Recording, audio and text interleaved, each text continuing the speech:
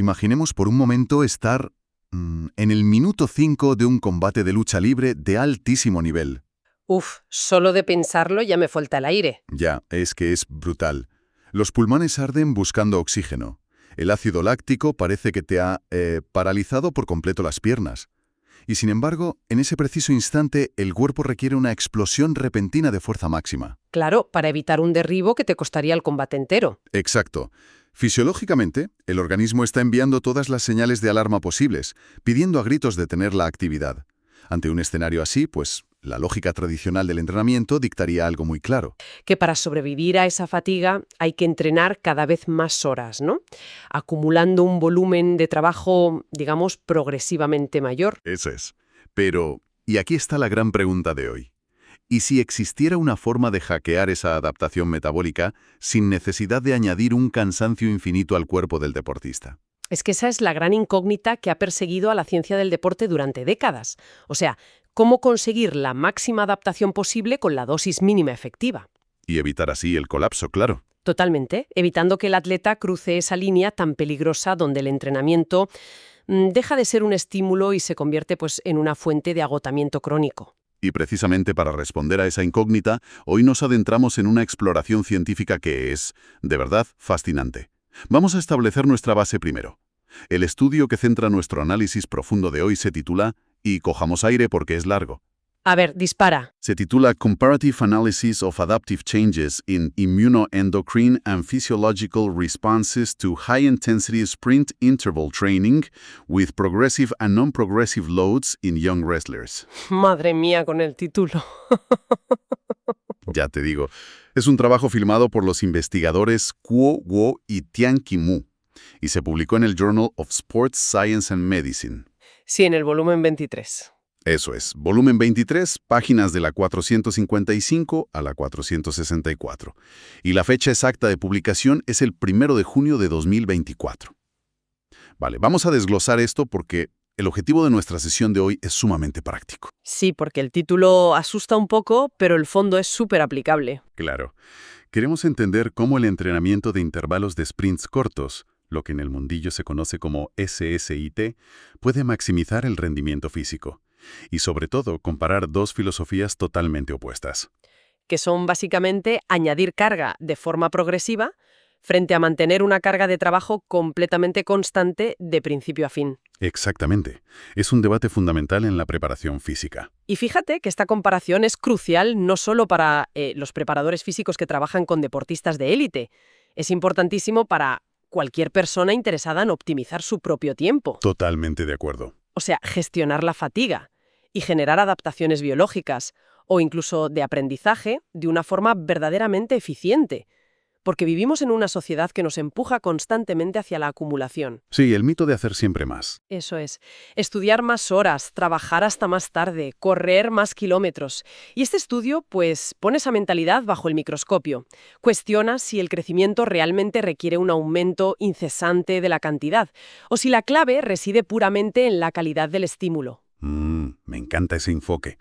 Pues para comprender el escenario fisiológico de este estudio, tenemos que visualizar por qué los investigadores eligieron precisamente a 30 jóvenes luchadores de estilo libre. Todos compitiendo a nivel nacional universitario, que no es poca cosa. Claro, no son aficionados.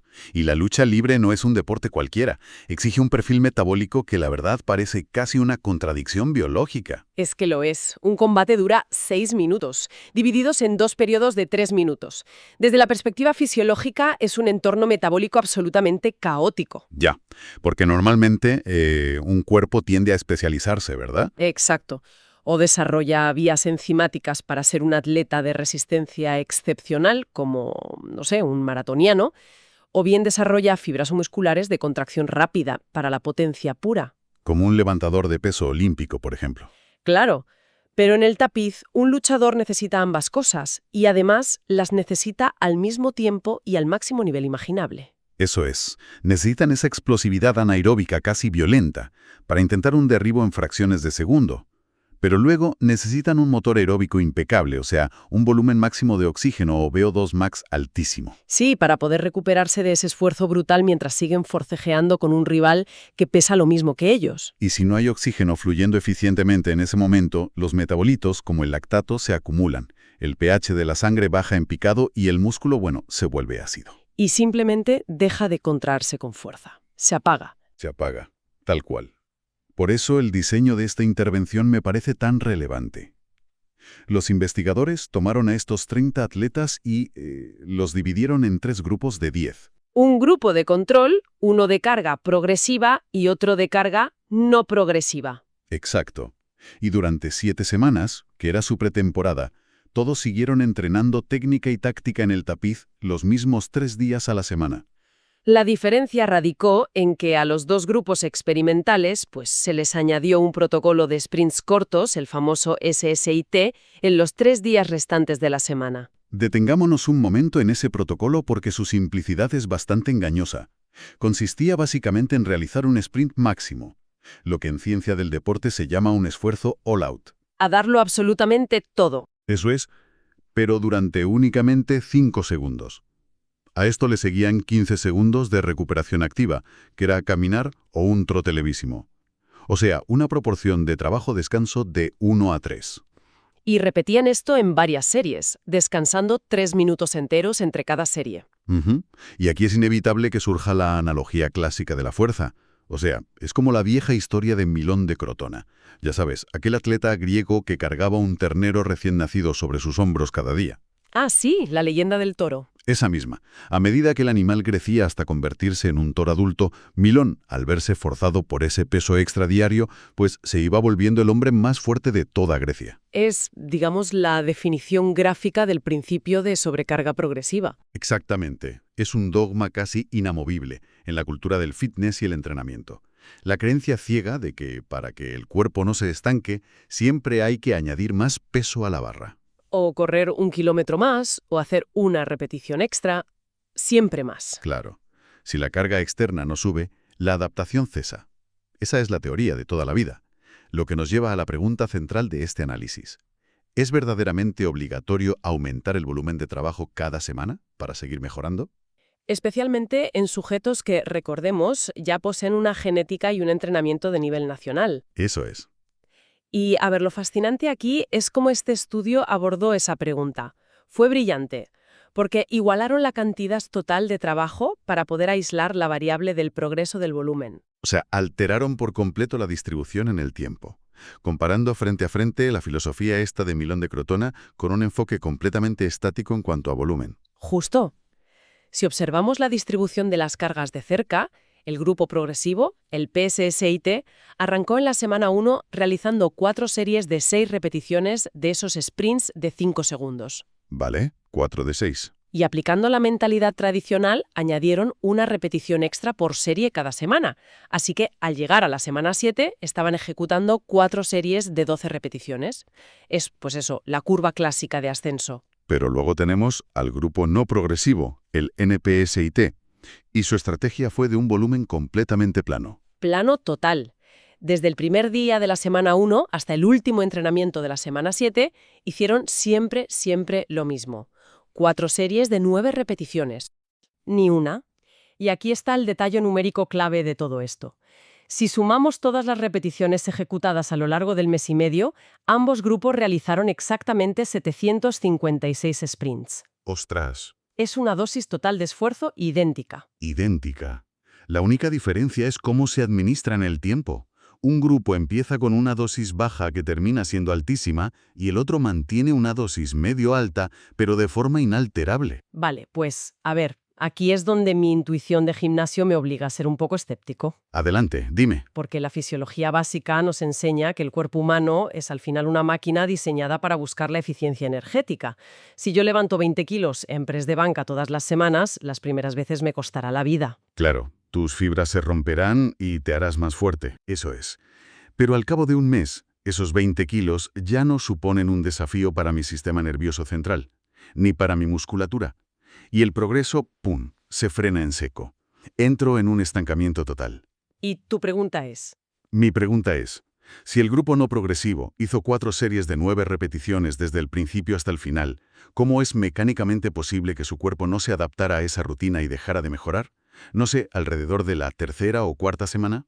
Es una objeción muy válida y nos lleva al mecanismo fundamental que hace que los intervalos de máxima intensidad sean tan diferentes al levantamiento de pesas tradicional que comentas. A ver, La clave absoluta reside en la instrucción que recibieron los luchadores. Cada sprint debía ser a la máxima velocidad posible, un verdadero all-out. La variable de tiempo, esos 5 segundos, es fija. Pero el trabajo mecánico dentro de ese bloque de tiempo no lo es. espera, ¿a qué te refieres exactamente con que el trabajo no es fijo? A ver, imaginemos la semana 1. Un atleta del grupo no progresivo da el 100% de su capacidad y en esos 5 segundos logra recorrer, digamos, 35 metros. Ese es su límite actual, ¿vale? Vale, lo visualizo. 35 metros. El sistema neuromuscular sufre un estrés, se recupera y se adapta. Llega la semana 4. Este mismo atleta ahora es ligeramente más explosivo. Sus neuronas motoras reclutan fibras musculares con una mayor sincronización. Ajá. Ahora, cuando vuelve a dar su 100% durante esos mismos 5 segundos exactos, ya no recorre 35 metros, recorre 38 metros. Ah, vale, entiendo. Están cubriendo más distancia en exactamente la misma ventana de tiempo. Exactamente. Al cubrir más distancia, significa irremediablemente que la velocidad pico ha aumentado. Y para que la velocidad aumente, la fuerza que ejercen contra el suelo en cada zancada tiene que ser mucho mayor. O sea que, al generar mayor fuerza contra el suelo, la tensión mecánica en las fibras del cuádriceps, en los isquios y los glúteos, aumenta exponencialmente. Totalmente. Al igual que aumenta el estrés metabólico para poder producir energía mucho más rápido. El esfuerzo intrínseco, digamos que se autoescala. Qué bueno. El propio cuerpo del atleta genera su propia sobrecarga progresiva simplemente al intentar romper su récord de velocidad en cada bloque de 5 segundos. No hace ninguna falta que un agente externo, como el entrenador, dicte que hay que hacer más repeticiones. Curiosamente, esto cambia por completo el paradigma del entrenamiento. O sea, la intensidad pura sustituye a la necesidad de volumen adicional. Con esta mecánica ya clara en mente, vamos a los resultados. Vamos a ello. Porque, claro, hay que ver qué estrategia se tradujo en un mejor rendimiento real sobre el tapiz. ¿Fue la subida progresiva de volumen o el esfuerzo constante? Aquí es donde se pone realmente interesante, porque los datos revelan que ambos métodos funcionaron excepcionalmente bien. Sí. De hecho, los resultados fueron casi calcados. Fue un empate técnico a nivel puramente estadístico. Es increíble. Los investigadores midieron parámetros clave y, bueno, observaron mejoras con tamaños de efecto de moderados a muy grandes en ambos grupos por igual. A nivel puramente físico, disminuyeron significativamente sus tiempos en el sprint de 20 metros. Lo cual, claro, es un indicador directo de la aceleración inicial que es vital para proyectar o derribar al rival en lucha. Exacto. También mejoraron de manera bastante notable en la carrera de lanzadera, evaluando ahí la agilidad y el cambio rápido de dirección. Y hubo algo que me llamó muchísimo la atención leyendo los datos, y es la fuerza máxima. Midieron la potencia en la prensa de piernas y ambos grupos, tanto el progresivo como el no progresivo, incrementaron su fuerza de empuje. Es un dato clave. Pero pensemos un segundo en la biomecánica de esto. Estos atletas no estaban moviendo kilos de hierro en una máquina de gimnasio. Estaban corriendo sprints en una pista. ¿Cómo es posible que correr se traduzca en mover más peso en una prensa de piernas? Pues, a ver, esto se debe principalmente a la tasa de desarrollo de la fuerza y al reclutamiento de unidades motoras. Explícanos un poco más eso. 3 o 4 veces su propio peso corporal. Madre mía, es muchísimo impacto. Es brutal. El sistema nervioso central se ve obligado a encender las fibras musculares de contracción rápida, las tipo 2, de una manera casi instantánea para no caerse.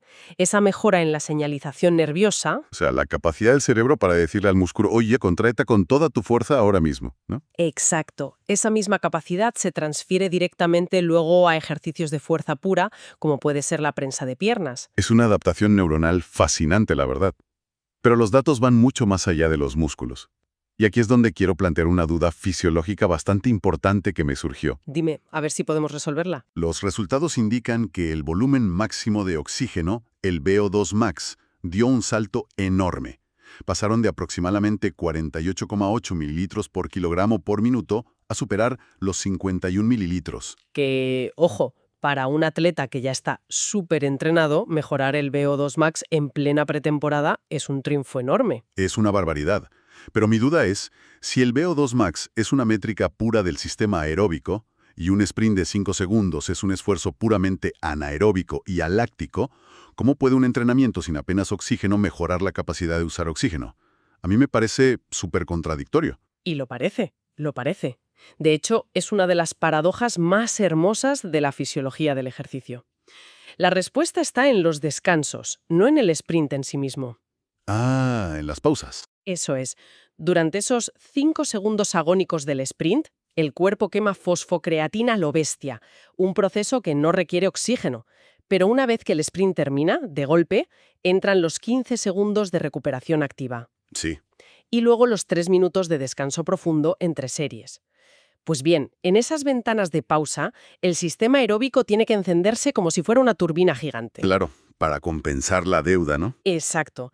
El corazón bombea a máxima capacidad y las mitocondrias trabajan a destajo absoluto para procesar el oxígeno, limpiar todos esos metabolitos acumulados y resintetizar rápidamente esa fosfocreatina para el siguiente sprint. Qué interesante. Así que, irónicamente, se entrena el sistema aeróbico forzándolo a recuperar al sistema anaeróbico a un ritmo completamente frenético. Es un mecanismo de compensación brutal. Por cierto, para dar el contexto científico adecuado a la audiencia, debemos mencionar obligatoriamente al grupo de control. Sí, importantísimo. Aquellos 10 luchadores que mantuvieron sus sesiones técnicas normales, practicando agarres y combates simulados, pero sin añadir los sprints, pues se estancaron. Sus métricas, tanto físicas como fisiológicas, no mostraron ninguna mejora estadísticamente relevante respecto a su punto de partida. Lo cual nos confirma algo que ya sospechábamos, que la práctica técnica perfecciona la habilidad, sí, pero no expande las capacidades del motor humano, en atletas que ya son avanzados. Exacto. Y esto, claro, ofrece una lección inestimable para los entrenadores. Súper valiosa. Si sabemos que el volumen total acumulado, esos 756 sprints de los que hablábamos, es el verdadero motor de la adaptación metabólica, independientemente de si se distribuye de forma ascendente o plana. Pues se abre un abanico de flexibilidad táctica brutal, claro. Si un preparador recibe a un luchador tras una lesión o a uno con baja motivación en ese momento, puede usar perfectamente el modelo progresivo. Eso es. Empieza con una sesión cortita e inmanejable de solo 24 sprints para generar adherencia sin asustarlo y va subiendo semana a semana. Y por el contrario, si trabajas con un atleta que responde mucho mejor a la rutina estricta, alguien que necesita saber mentalmente que su entrenamiento siempre va a durar los mismos minutos y va a tener el mismo grado predecible de dolor. Pues le aplicas el modelo constante y sabes que lo hace sin sacrificar ni un ápice de su desarrollo fisiológico final. Se elimina por completo el dogma de que solo hay un único camino hacia la cima del rendimiento. Pero bueno, vale.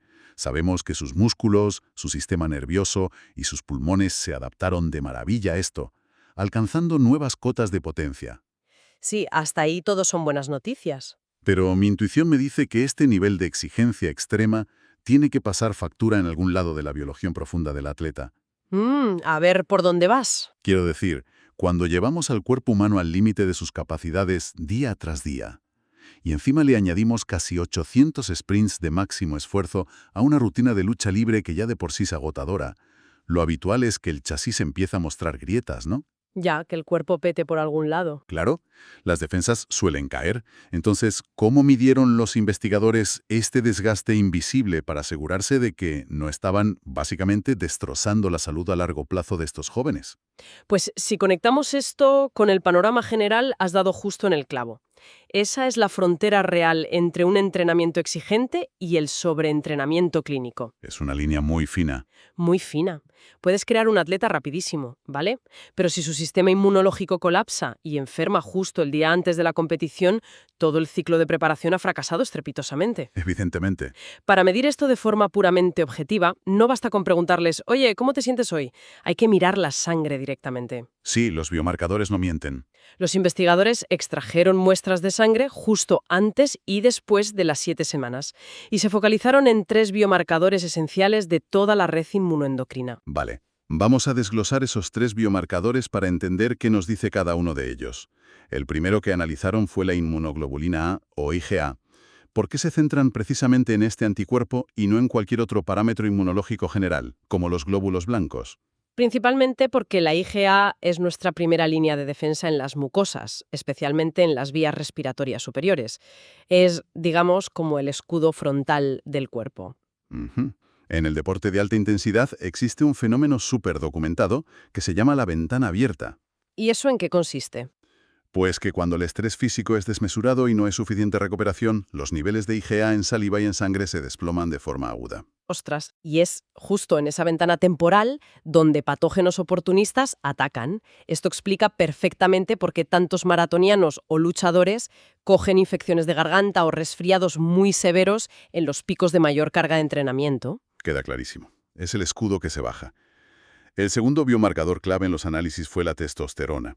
Y supongo que aquí lo que buscaban era medir la capacidad de construcción y reparación del propio organismo. Así es, la testosterona es la principal hormona anabólica, nos indica el estado de preparación del cuerpo para sintetizar nuevas proteínas, para reparar ese microdaño muscular generado por los sprints y, en definitiva, facilitar la recuperación del tejido. Entonces, unos niveles estables o elevados nos indicarían que el cuerpo está absorbiendo el entrenamiento de forma positiva. Exactamente. Vale.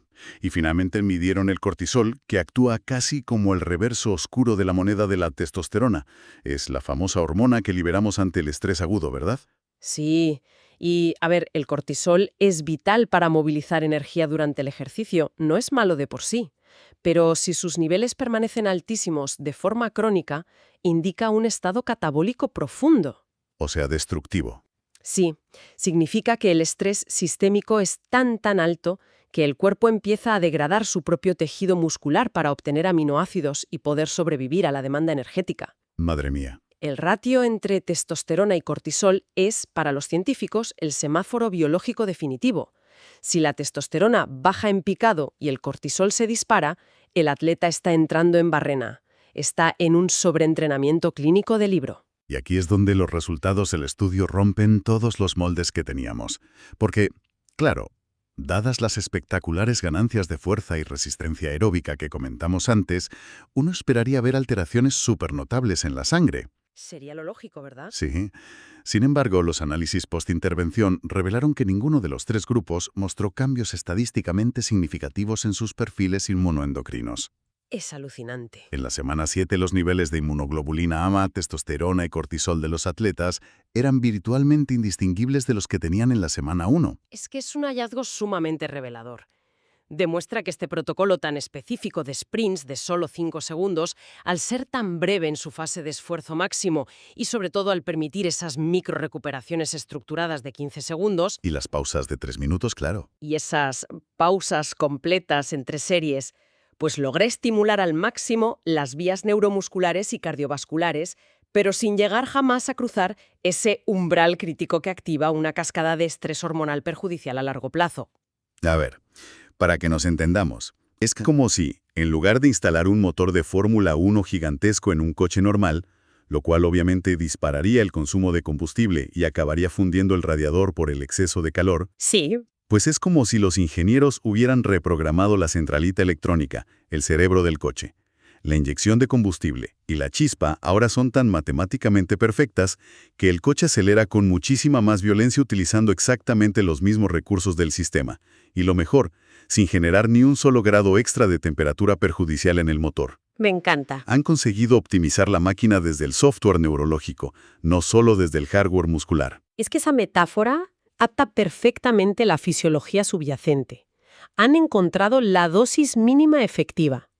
O sea, han hackeado la respuesta adaptativa, obteniendo todos los beneficios de un acondicionamiento físico brutal, pero sin pagar el peaje biológico del agotamiento sistémico que te destruye el sistema inmunológico.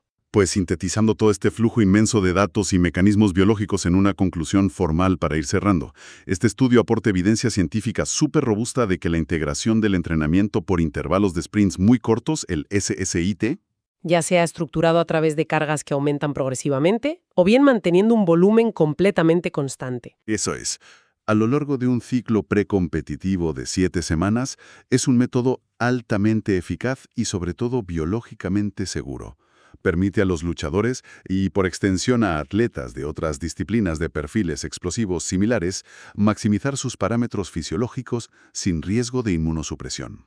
Y por la tremenda riqueza metodológica del diseño y la minuciosidad en todo el análisis estadístico de las vías energéticas e inmunes, es ampliamente recomendable acudir a la fuente original. Sugerimos encarecidamente la lectura completa del artículo de Guo y Mu, publicado en el Journal of Sports Science and Medicine, para poder apreciar de verdad todos los matices de la intervención. Sin duda alguna, es de esos documentos que alteran nuestra comprensión básica del rendimiento humano y de la capacidad de adaptación de nuestra propia biología.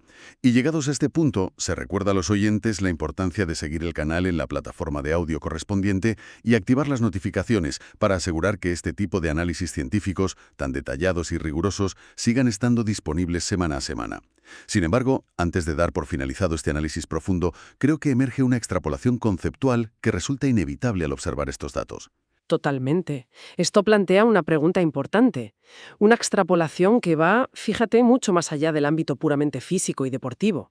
Si hemos constatado a nivel celular que el crecimiento, la mejora sustancial de las capacidades y la adaptación a nuevos límites no requieren forzosamente de un aumento incesante y lineal en la cantidad de horas o repeticiones semanales, Siempre y cuando el esfuerzo intrínseco sea de una calidad y una concentración absolutas, claro. eso es, en intervalos breves, pues cabe preguntarse cómo podríamos trasladar este conocimiento a otros campos. Ostras, se plantea entonces el desafío de aplicar este principio de esfuerzo constante de altísima calidad a nuestro propio día a día, al trabajo cognitivo complejo, a la programación, a la escritura o al aprendizaje intelectual intenso en la universidad.